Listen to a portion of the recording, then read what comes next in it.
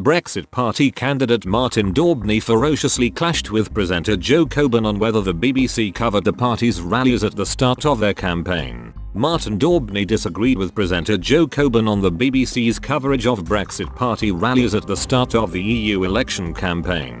The Brexit Party candidate claimed the BBC had no interest in covering rallies at the start, to which Ms Coburn contended that is not true. Speaking on BBC Politics Live, The Spectator's Katie Ball began, "I've been to a few of these Brexit Party event rallies recently. I went to one in Dudley. I was at the Bolton rally, and it was a really interesting thing to cover. I thought people were very positive and therefore I think you should encourage access." Ms Coburn interjected, "Right, including the BBC. We just ran a report from 2 of the rallies by the Brexit Party. So it's not true, Martin, to say we haven't been covering it. This program particularly has, and we've had representatives." Mr Daubney replied, "You get involved when it gets too big, ignore. But at the start you had no interest." The BBC host disagreed. "Well, that's not true." The comments follow Nigel Farage criticizing the BBC during a press conference over its lack of rally coverage. Jessica Parker, a BBC News political journalist,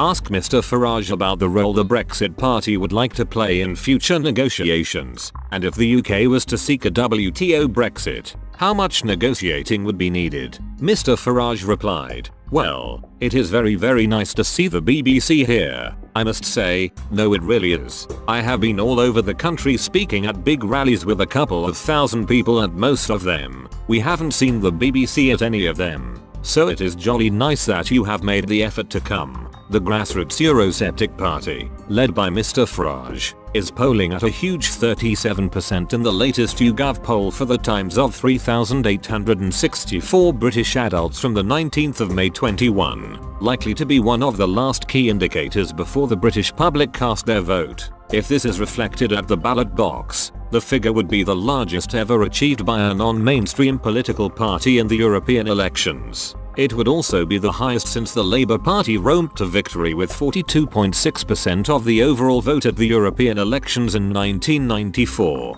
ahead of tomorrow's election. The Brexit Party is also forecast to trump the victory of UKIP in the 2014 election by almost 10%. UKIP, of which Mr Farage was leader during that campaign, was the most supported party in the EU vote, having again 27.4% and 24 seats. A 37% share of the vote is likely to get around 40 Brexit Party MEPs into the European Parliament and pile pressure on Theresa May. If the polls are correct, the Brexit Party will exceed the 27% and 26.7% the Tories won within the 2009 and 2004 elections respectively.